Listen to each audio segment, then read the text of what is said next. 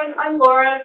I am the professional development person for the biostats department. So those of you who are in the MD program know me very well, for better or worse.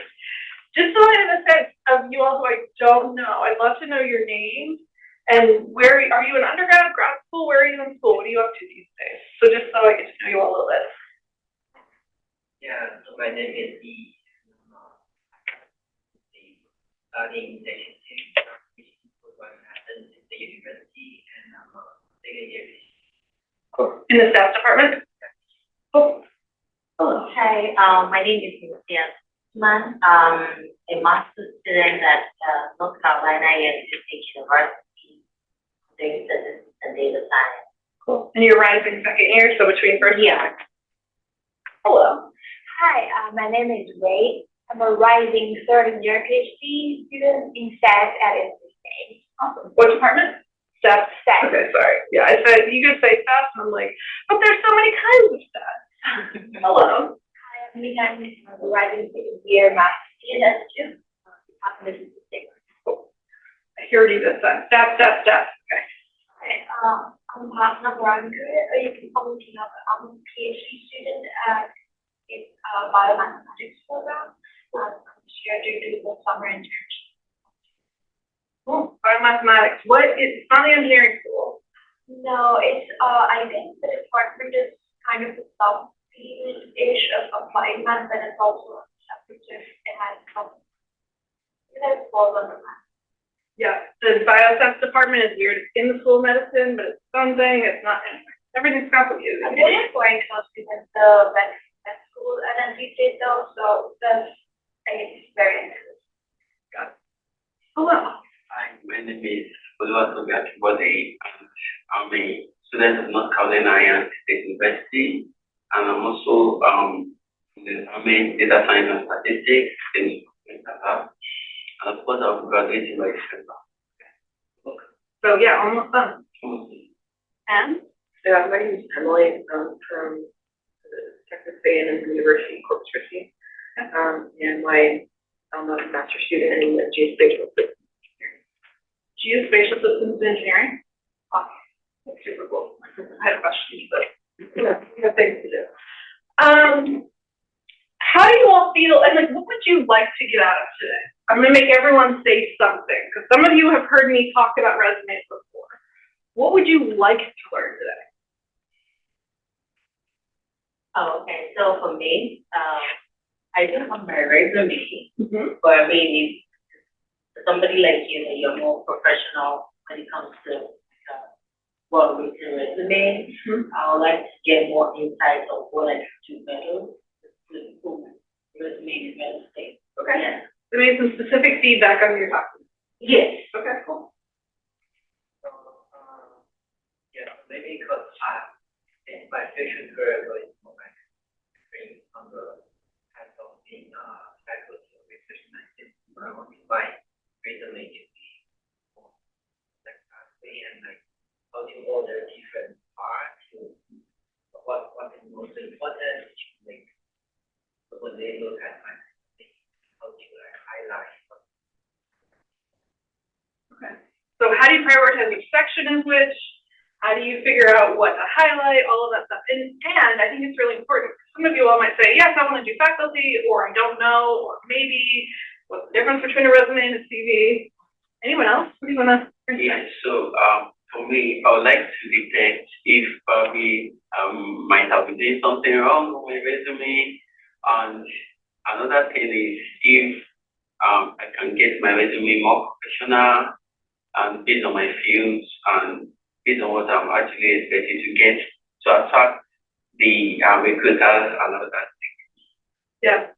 yeah, I mean, I just transferred to the PhD program from master's from really stuff doing research.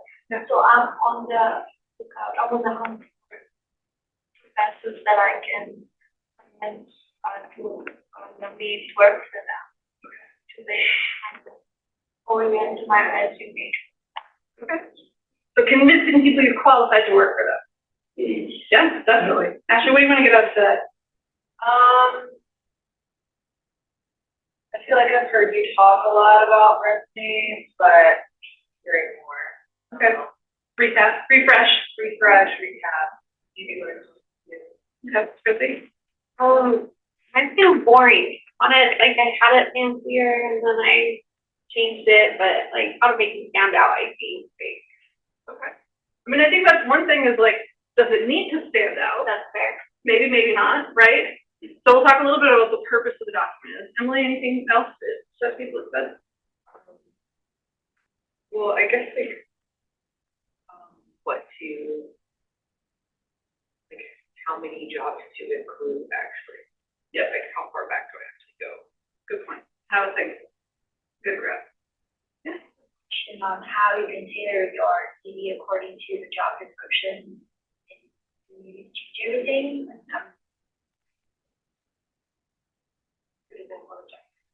Absolutely. We can talk about that. That's similar to kind of what Emily's saying, like, how many jobs do I put? And how do I tailor it to the specific thing that I'm applying to? We'll talk about that. Yeah, maybe like tailoring the thing by. Okay. Cool. Yeah. Anything else? Okay, cool. All right, so first, I want to ask you all, what's the purpose of a resume? Why do we make this document? We're just trying to put that on the best possible way. Yeah, presenting yourself, right? You are a 3D person, you're three-dimensional, this is a 2D version of you, but you're trying to sell yourself. Any other? Why else are we making a resume?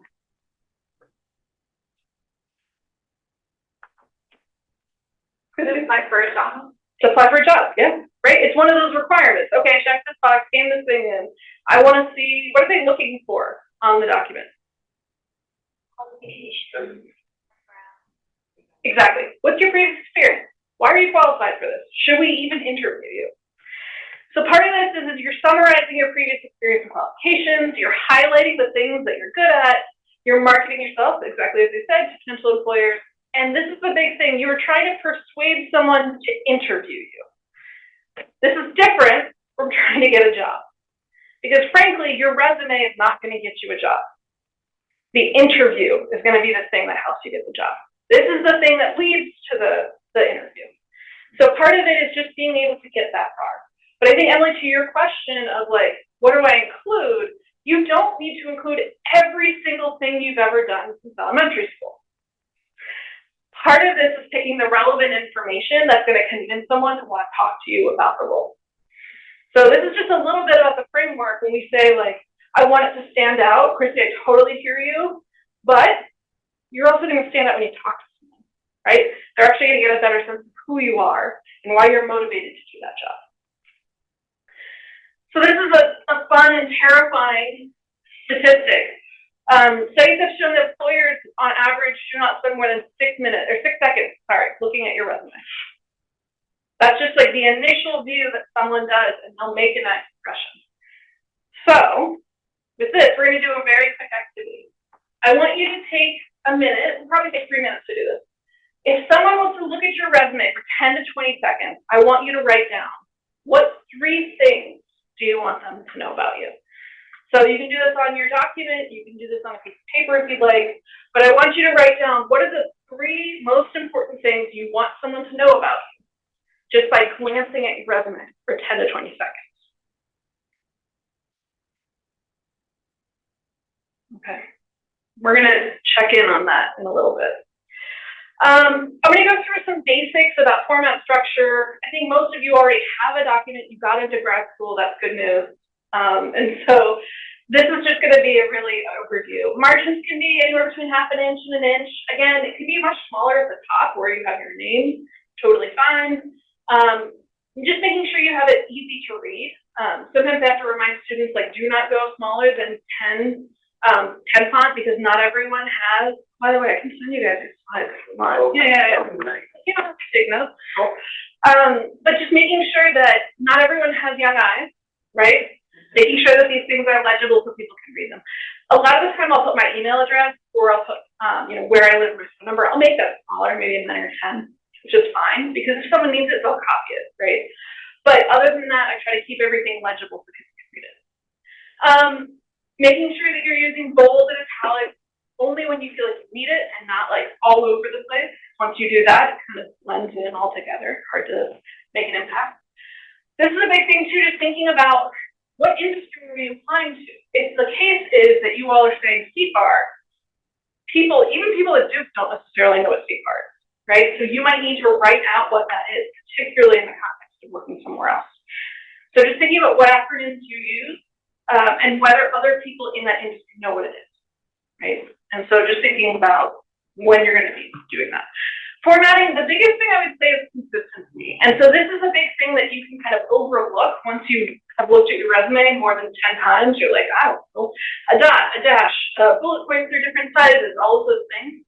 That's what's really good to get a second set of eyes on your document so that you and a friend can say, oh, let's look through each other's thing for every single little dash, for every single month, right? All those little things about being consistent in your formatting.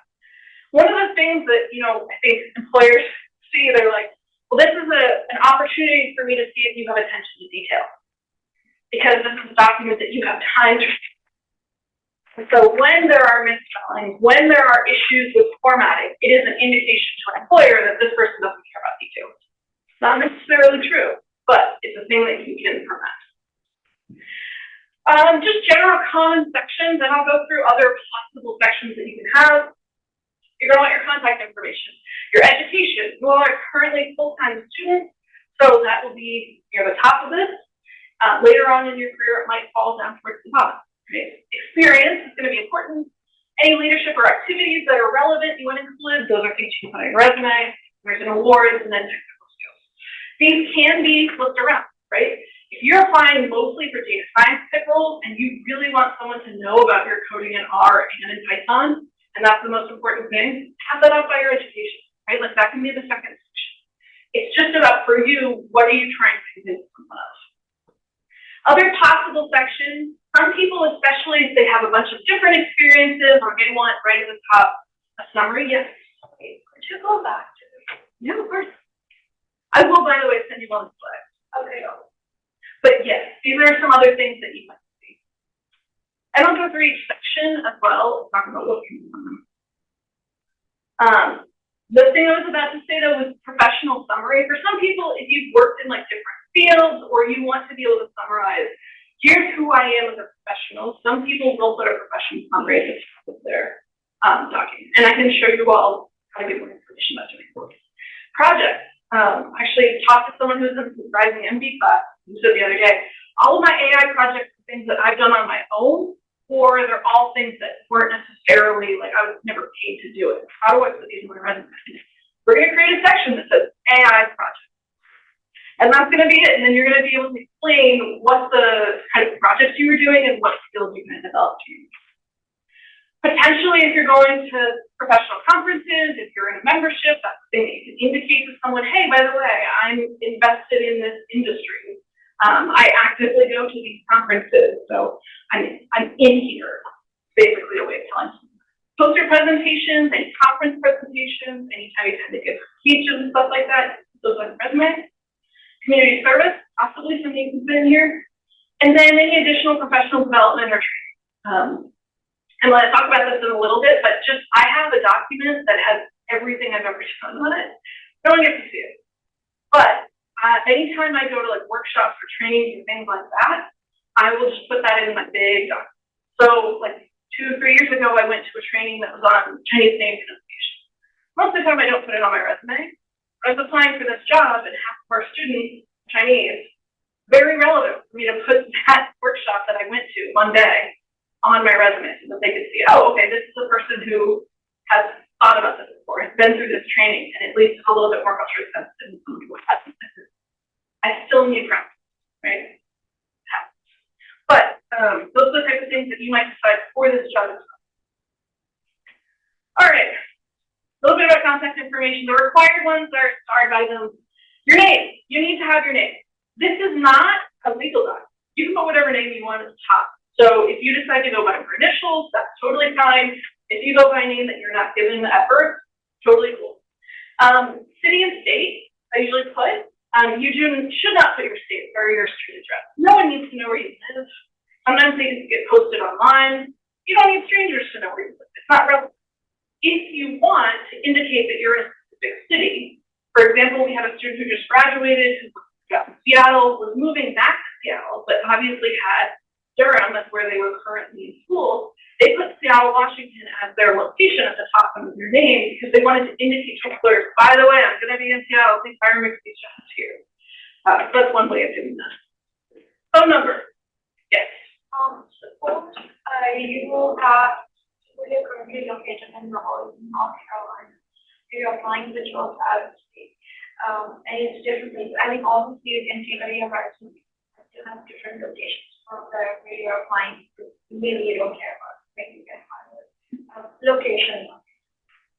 So is it valid to put, oh, I am in Raleigh, North Carolina, maybe that would put you at lesser chance of your resume being selected for the review because they think, oh, you're not from here, so you want to. I think it kind of depends on the industry and the job. I mean, I think there's plenty of things like faculty positions, they know you're going to move to wherever the job is. That's just a known thing. And you also, doesn't have an asterisk next to it, you don't have to put where you live, right? The most important stuff is your phone number, your email address. That's the required stuff. So for the most part, that was just a way for that student to indicate, I'm going to be moving here anyway. But you should not change your resume every single time because the city of the business where you're applying for a job. You don't need to do that at all. I think people assume that people will move for jobs as need be. Yeah, I wouldn't stress too much. And then obviously this is optional, but if you also have a website, LinkedIn, GitHub, if those are other ways that you want to demonstrate that you have skills, or it's kind of like your resume plus that exists online, you can add to your top of your resume content. Pro tip, make sure your voicemail is set up. It's not full and it's employer appropriate. Again, it doesn't need to be anything fancy. It can just be the number, blah, blah, blah. It's not here right now, so leave a message. Totally fine. But I think Jonathan, one of our other students, was like, yeah, I was kind of a joke song. And so I took that off because people might call me and say, hey, call us back. We're going to interview you for this job. And if it's something really unprofessional, you might be like, never mind, right? A tiny thing. But just making sure that your voicemail has space in it, right? Because if they can't leave a voicemail, they might not call you back. Then you block the opportunity. All right, sections about your education. Things you're going to include is what degree you have, what institution you're going to school in. You're going to want to put what you're specifically studying, and then you're also going to want to put the expected graduation date. So for some PhD students, that's harder to evaluate than others. You might say expected 2020, something like that. But for those of you who are master's students who are graduating in say December or May, expected December 2024, right? So even when you're applying to jobs now, they know this person will be able to start working full-time come January. And again, same thing, if you're a second-year master's student, you're applying full-time jobs, they'll know, okay, this person's still in school, but as of May 2025, they will be able to start working. If you have any certificates or minors, you want to include that. If you have your thesis title, if that's relevant, it might go into a project section, it might go into experience section. But for some people, the best place to put their dissertation thesis or a master's thesis is in that education section. Any GPA, honors, those things, frankly, once you guys get into grad school, no one cares what your grades are. If they're above, like a 3.7, sure, put it on there. But at a certain point, employers are more interested in your experience than they are in the fact that you got good grades in an English class in undergrad, right? They would rather see your technical then you got good grades when you were 19. Some of us didn't get good grades. It's fine, we can still do jobs pretty well. Awards, it's not a separate section, so sometimes if you have an academic award, you might want to put that into your education section, not required. And this is an opportunity for some people, if you're like, I don't know how else to show that I have staff skills. The only time I've used them was in class, sometimes they might put coursework, staff, right? This is the other thing, much like your name, this does not have to be the course number because no one who's not at NC State doesn't know what course 712 is, right? No one has any idea. Put the most understandable definition, right? So for our students, there's like introduction to statistical methods and like it's an art class, right? Or I don't know which one it is, but you can basically say Doesn't have to be what's on the course calendar. But just translate it. This is another thing, just about any of these sections. So education, it should be in reverse chronological order. So your graduate degree should be first, your master's or your undergrad degree should be underneath. So in every one of these sections, the most relevant thing is up top, just so they see kind of working there. All right, questions. We went through personal information, yes, education. Expected date, do you write expected date? Yeah, I would either put expected, the whole word, or EXP dot. People know what that means. Because they care less when you started the degree. It's like, okay, whatever. Sometimes it's like, oh, you were there for 2 or 3 years, that's cool. But for the most part, people care less when you started, and they just want to know when was the degree. Yes. Any other questions? Personal information, experience? So like, you write like expensive courses or expensive coursework? Doesn't matter. Yep. And that's the other thing I say, don't put every single class you've ever taken. Too much information. Maximum, I would say usually 2 lines. Once you get to the 3rd line, people stop reading. So pick the most important ones that would go in. Okay, what counts as experience? Anything. Full-time jobs, part-time jobs, internships, volunteer work. It could be a project, it could be a class project, right? Any of these things can count as experience. This is, employers don't care if you're paid. They just want to see that you have the skills and experience that they're looking for. So sometimes I'll see students being like, okay, my internship and then volunteer experience. I'm like, nope, just put it all in for experience. Let's put these in as data analysis experience and these one in as teamwork or leadership experience, if you want to separate them out. But they don't care as much whether you're paid for these things or not. It's just about you being able to prioritize which things on your resume that fit. So, things that you need to include for these experience sections. If it was a job, you're going to do the job title, name of the organization. Those can be in different formats, like flipped around, which is fine. And the dates that you were doing that. And so, I recently saw a recruiter being like, what does it mean 2012 to 2014? What months were you doing that? So they were saying they prefer a month and year rather than just year. But that comes down to you. I just like to do consistency, right? If I'm doing month and year, no one cares what day you started. Doesn't matter. But being able to have the month and the year of when you did these jobs is helpful. And so you're going to try to use bullet points in each of these sections to show these things. You're going to show your skills. And then I like to think about the 2 Qs as your qualitative and quantitative details. I'll get more into this. And also just showing what you've accomplished, right? What was the purpose of the work that you were doing?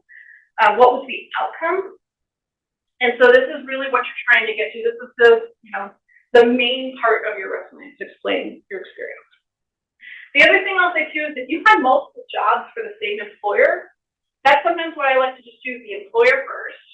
And then I'll say job title number 1, I'll do the bullet points for that, and I'll do the job title number 2, times for each of them, and the bullet points under that. Especially if you're like, okay, well, I was a TA for the university, and I was also a research assistant, and also I worked at the gym, right? Whatever it is, that you can separate those out into different responsibilities, but it's under the same employer.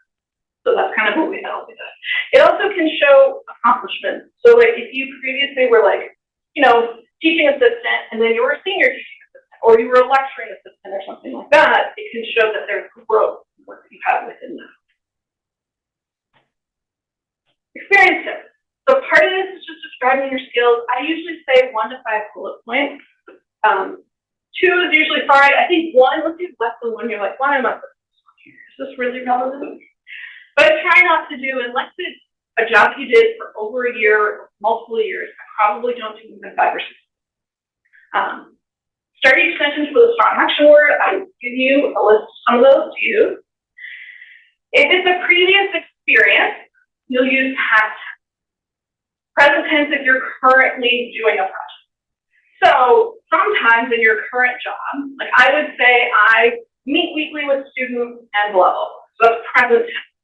But I planned and executed a one-time set. So for a current job, I might have a mix of verb tenses, But if it's a previous job, I don't do it anymore, everything's in caps. So just thinking about that verb tense. Avoiding personal pronouns. So there shouldn't be I, me, my at all in your resume. It should be as if a third person is talking about you and saying, they executed this, they accomplished that, they analyzed these things. And so it's without those. And then again, being specific and concise. So instead of saying like, duties include, just tell me what you did. You don't have to tell me that it was a duty, right? Gained experience in. What did you do, right? So just about being concise as you can and being specific instead of just saying like, health, right? I'll give you some examples of this. And then when you can provide results, not always going to be relevant. But if there is an outcome, an experiment, a publication, something like that, you can improve it. So here's the two cues. How many, how much, how often? It's kind of the question I ask. I'm like, it's relevant, right? If I was a teaching assistant for a class, is it relevant how many people were in the class? Well, was it a class of 10 people or 150 people? The difference, right? How often were we meeting? Was I doing twice a week lab group? Okay, that's more work than meeting once a week.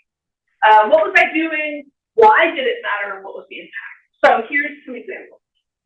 Babysat for a family, right? Versus supervise 3 children under the age of 5 weekly, facilitating creative projects and enforcing schedules. No one talks like this in real life. No one, right?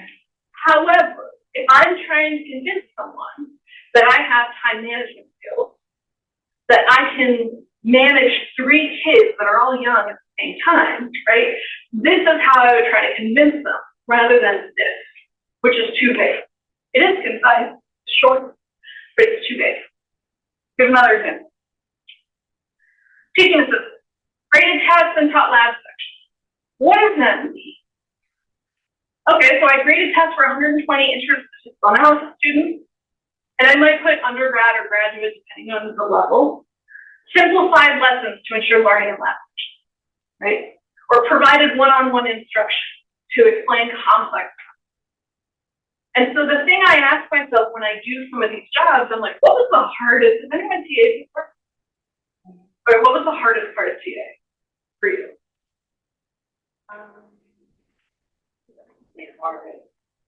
I think there are those times when Grading. Waiting? Yes. waiting. What do you mean? Waiting for what? Grading. Oh, grading. Why was it hard? I do more of like programming grading, like outshining grading. So yes, it's really Well, can you explain to me what was hard about it? You were grading our assignments from other students? yes. Okay. So what was hard? So the kind of way we grade, the kind of system of how we grade, we have to use hash codes, let hash codes and all that. There are a lot of hash code issues. Like there are some students that don't copy the correct hash code. So we have to fix the hash codes and all that. And that's for each student. So, and there are a lot of students. Yeah. So that's a time when I would probably say, you know, maintain consistency, right, of hash codes with 100 students or 50 students when grading coding requirements. Because the thing I would want someone to know is like, I have to have attention to detail. I am capable of doing a large amount of work, maybe within a short period of time, right? So grade all assignments within 1 week of submission. It's a lot. You and I both know that's a lot, but until you tell someone who has never been a teaching assistant that I was dealing with a lot in 1 week on top of my classes, they might not know that. Anything else that was hard about? Well, for my kids, because we take undergrad students on analysis, so we're teaching them on how to use our package. The majority of them, they don't really come for class when they should, or do they have deadlines, and then they come back to us. I'm like, we have to cover like 3-4 weeks of work all together so that they meet up with deadline. So it's always like a lot. We have a couple of them, so yeah. What skills do you think you developed? I think I developed more time management because I know I have to work with all of them and I have just 2 hours. So I tell them, okay, if I start this, you need to finish this so that I can work with other students, because everybody needs to submit their homework, right? So with that, I know I spent 15 minutes with you, you go back and continue, you come back to me again and look at double check, you go back there. Yeah. So time management, right? And maybe I would say juggle 15 students during a 2-hour period, providing individual attention to each of them, right? Slightly more impressive than like had speaking office hours. Yeah. Right? If you can contextualize and think to yourself, what am I better at now than when I started this job? Those are the things that I want you all to write about in your goals, rather than just provided office hours. Because that, the time management, the juggling, the like provided, just like summarize 3 weeks of teaching in 15 minutes. That's not easy.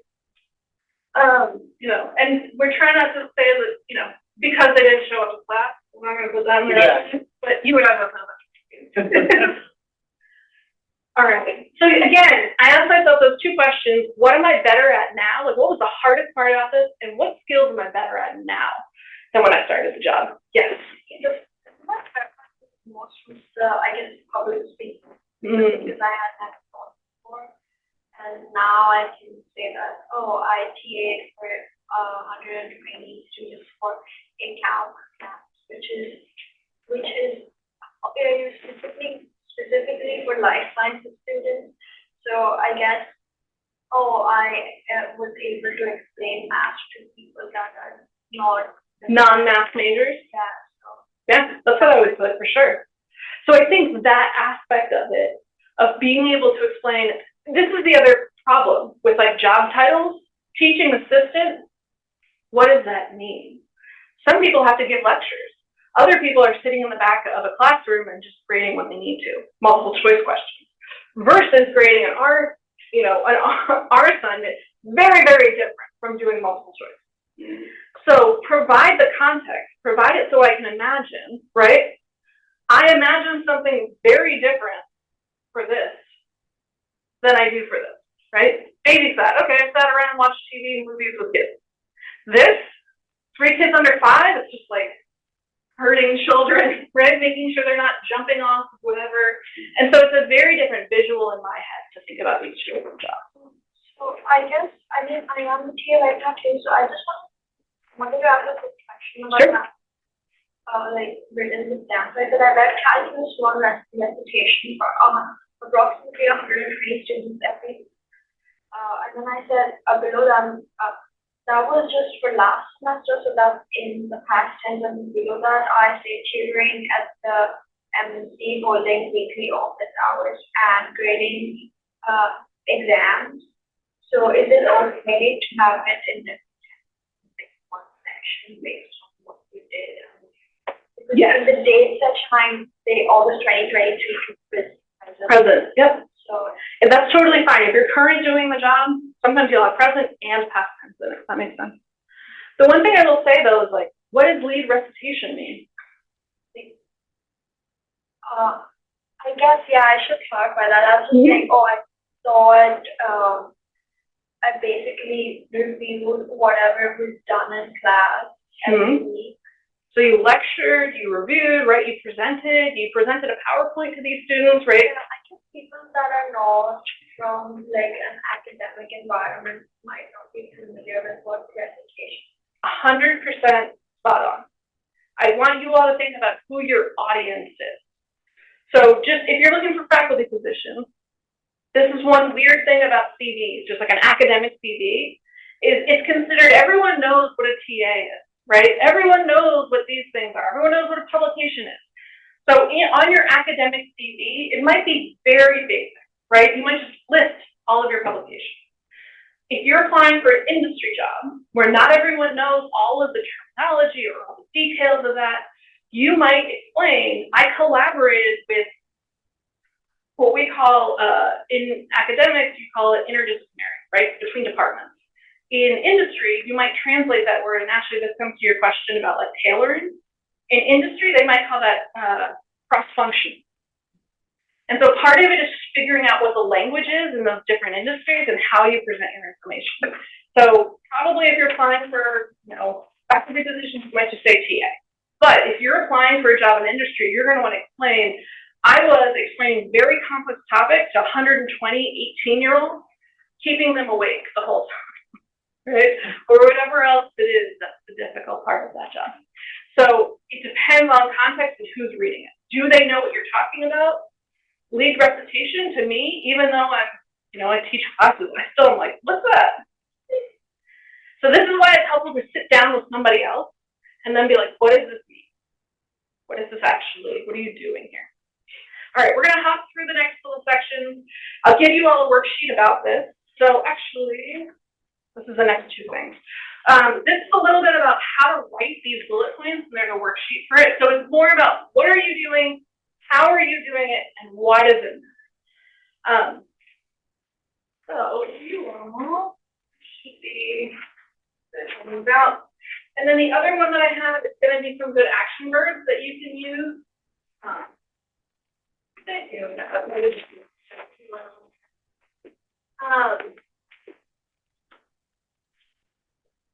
The next section or the other handout is good action verbs. And so here's another example of just thinking about, you might have some pretty basic action verbs right now.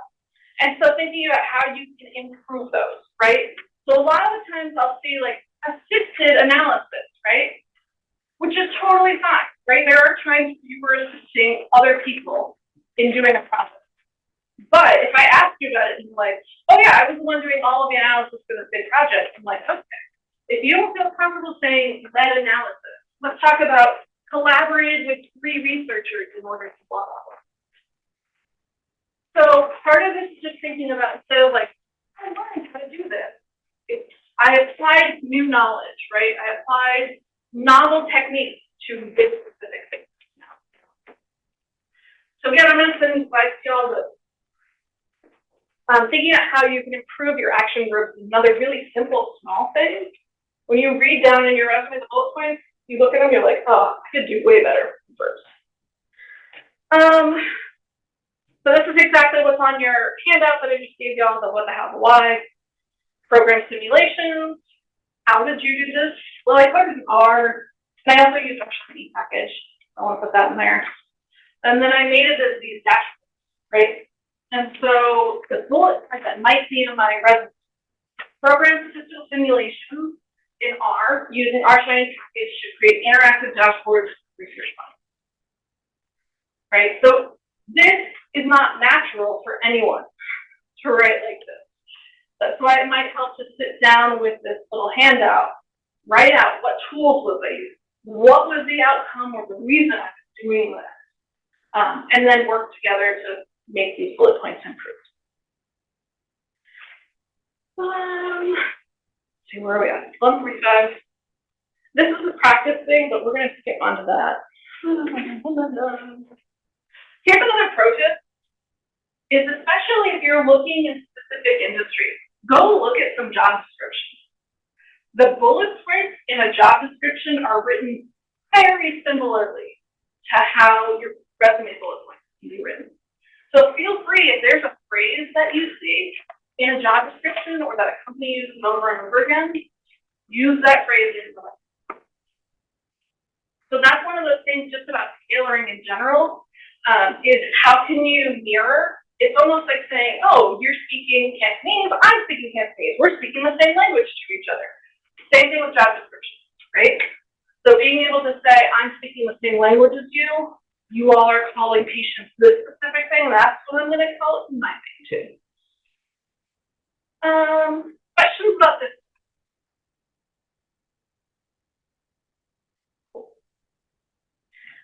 Just a few little things about technical skills. Sometimes I'll see people put like teamwork. I'm like, that's not a technical skill, right? Show me in your bullet point that you are able to work with others, rather than just listing what some people will call soft skills, right? The technical skills that I want to see are the coding languages.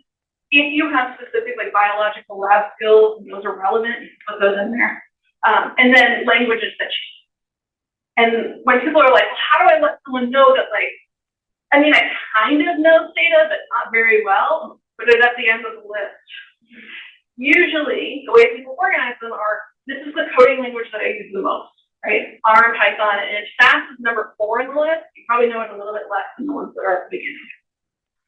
So just thinking about how you're organizing things within those technical lists, you do not need to put proficient or expert or whatever.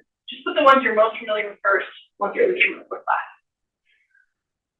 Yeah. I have a question on the job description. So when it says like it requires some machine learning techniques or skills, but then I want to go even deeper, because some of my projects use say random forest and some of them use another technique. Yeah. So how should I go about it? Do I include all of them or just machine learning? I might create another bullet point, right? So coding languages, and then I might create another bullet point that says machine learning techniques or ML techniques, depending on whether people know what ML is, right, based on the job. But I might say ML techniques, I would random forest, I would put, right, or it could even be longitudinal studies, whatever else it is that you all are doing that's relevant.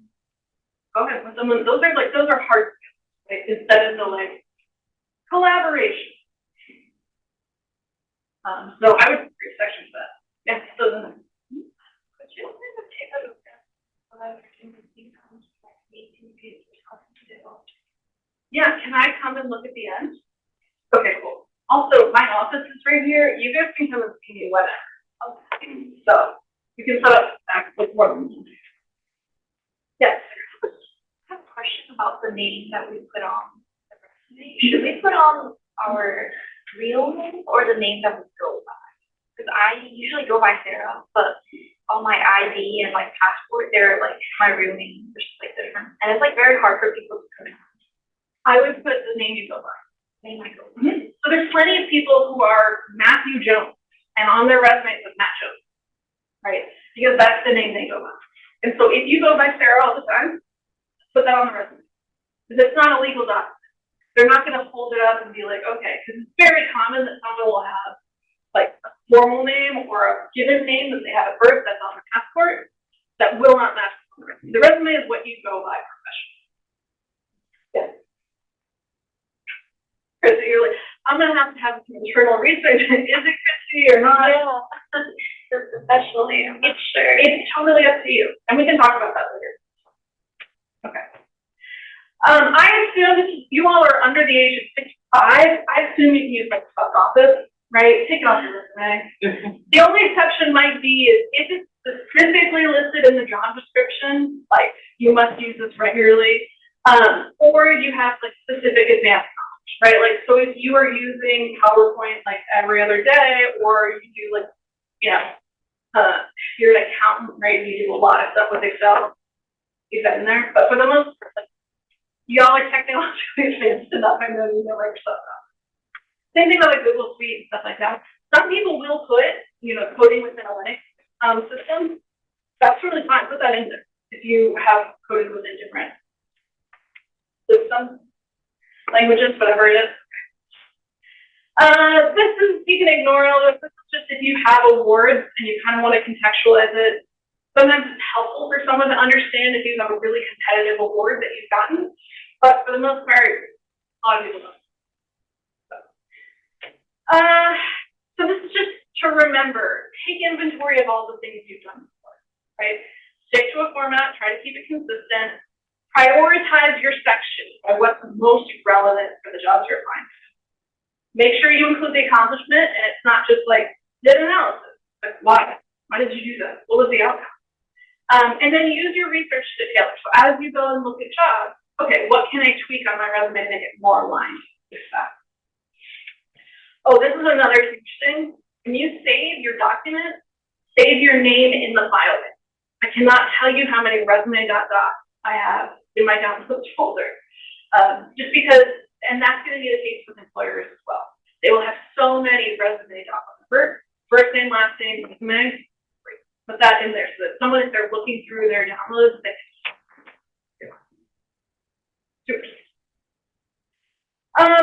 These are just, I know, with the question, I want to avoid any mistakes. So So this is some stuff I've already mentioned a little, misspelling of grammar, or formatting. It's just too generic, not enough details, or you're including information like, I love playing chess. I'm like, well, that's cool, but tell me more about what your skills are that are relevant to this job. And then describing duties instead of the accomplishment of the reason. This is another survey. Do you disqualify resumes with typos or bad grammar? 77% said yes. The survey back in 2020. So, way to avoid this, have someone else review your resume. Especially if you're looking for a job, you have other people who are probably looking for jobs too. Pair up with a buddy. Each other stuff. I'm going to get into one last thing, Emily, because you asked about this. When someone's like, how do I decide what to include? I have this concept, which is a monster resume. It's got it's a pizza. It's got every topping in the world on it. It's a mess. You don't want to sell this to anyone because no one's going to eat this.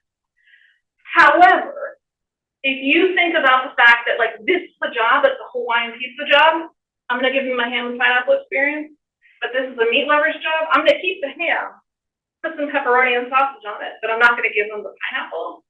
That's kind of what I do. So I keep one monster document with every training I've ever done, with every presentation I've ever done. No one is ever going to see this thing. It's like 6 pages long. But it's more of a comprehensive document so that when I go and I apply for a job, I think, okay, what if this is relevant? And I just get to go and cut like 3 pages out. I'm like, nope, that was a job I had in undergrad. This was the thing I did previously, not relevant. And so it helps so that when I'm specifically applying for a job, it's more like this is targeted at this specific.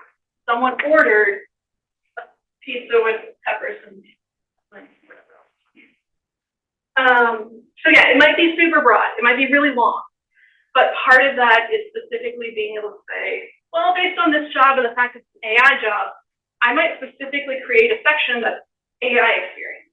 And then this other one is going to be additional data analysis experience, right? Because I want to tailor it for that specific job. What if you have like gaps? For the most part, it's like, here you go. You're probably in school or the only time people are really worried about that is like, if you've been working for 15 years, you take 5 years off, and then like, maybe their skills are rusty. Your skills aren't rusty. All right, what was the other thing? Oh, this is just the thing I asked myself is this experience relevant to the job I'm applying to? And then also, what do I want them to do? So that's kind of how I tailor. Thank you guys for paying attention. I appreciate it. I'm here in the office Tuesday, Wednesday, Thursday. My office is right there. Basically, Kendall's there. If you want to come by, we can make an appointment together. It's totally cool.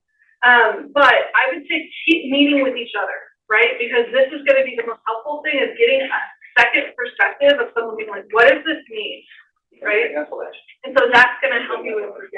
I know I kind of went all the same picture stuff, but I think meet with me or someone else and keep going through this. Any other questions? Or yes, sorry, like someone like me, I have knowledge on web development as well. I've worked in a seminar. So then I'm also a data scientist. So I realized that would be focusing like the recruiters like adding everything together in one resume. So I created 2 resumes, one for the software engineering, and I included all the projects I've done with that. Then as well, I created one for the. So for my question now is, what if I have a kind of job that needed some experience also on like software engineering, and they still like it's a data science role? Yeah, I've seen something like that.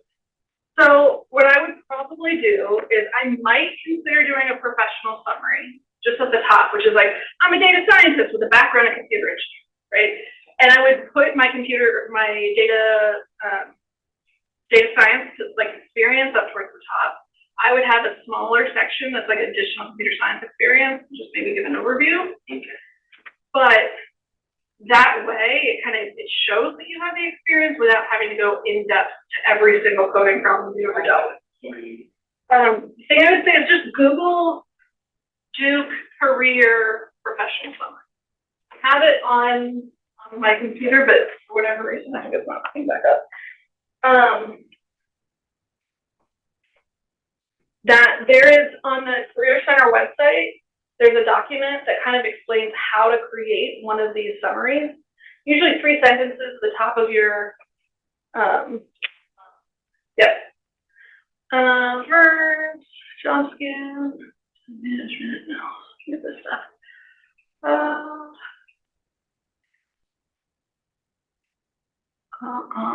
Summary statement.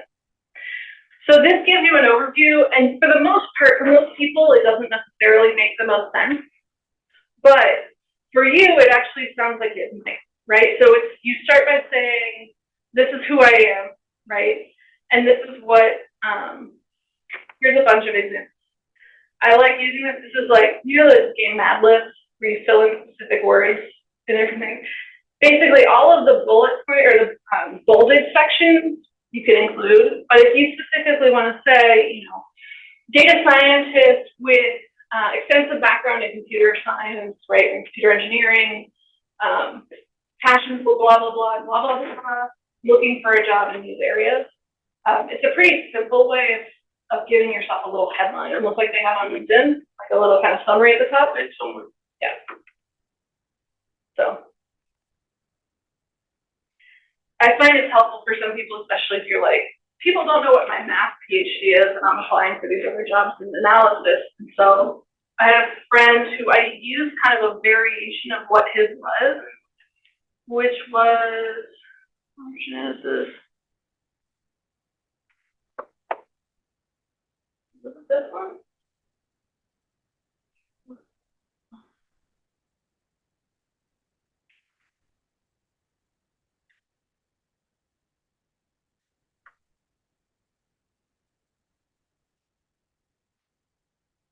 Forget which one it was. I had a friend who had a math PhD, and I think it's somewhere in here, but basically it was like, he was trying to tell someone, I speak nerd and I speak business. And so it was basically like adept at speaking to both technical and non-technical audiences. And so that was the thing he really wanted someone to know. They only read that. So that's kind of what he used.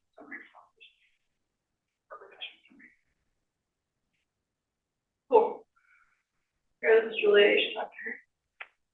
Julia just graduated from our master's program in May, and she is working in the surgery department. Nurse. Has any advice you would give to people who are still in grad school about job search or? Job search, the thing that helped me was like setting up alerts from like places that you want to work, because like, especially with this job, like I applied immediately and then like a couple days later it closed. So definitely like having alerts set up to like things that you're interested in was helpful, because then you don't have to like spend as much time searching, and that way it's more geared to like where you want to be and what you want to do. Yeah. Automated system. Yeah. Yes, there's another question. Should there be a limit to our resume, like page? Depends on the industry. So, academic CV, no limit. Sky's the limit. Be as long as you want. Clifford, how long is your CV, do you know? One I finished for APC long time ago. Yeah. Long. Every single publication, every Yeah. single draft in there. Yeah. So, 20 plus pages probably? Right. But that's the next if you were applying for data science positions, if you're applying to a university, maybe 2 pages. If you're applying to a tech company or consulting or something that's a little bit more businessy, 1 page. But since you are in grad school, you might have more experience than someone straight out of undergrad. So, Someone like me, one issue is I noticed that I've done a couple of projects. So including those projects, is now like pushing my resume to another page. And I feel that most tech companies also want to see the project you've done and all that. So I don't know if you have multiple projects that show the same skill, you don't need to include all of them. If you want to show, oh, I've worked on 2 different projects fixing the same thing, great, but you don't need to put 4. So that's one thing I would say is if you're just trying to show them, I have this skill, this skill, this skill. Here's the other thing. It does not need to be everything. The document will not get you the job.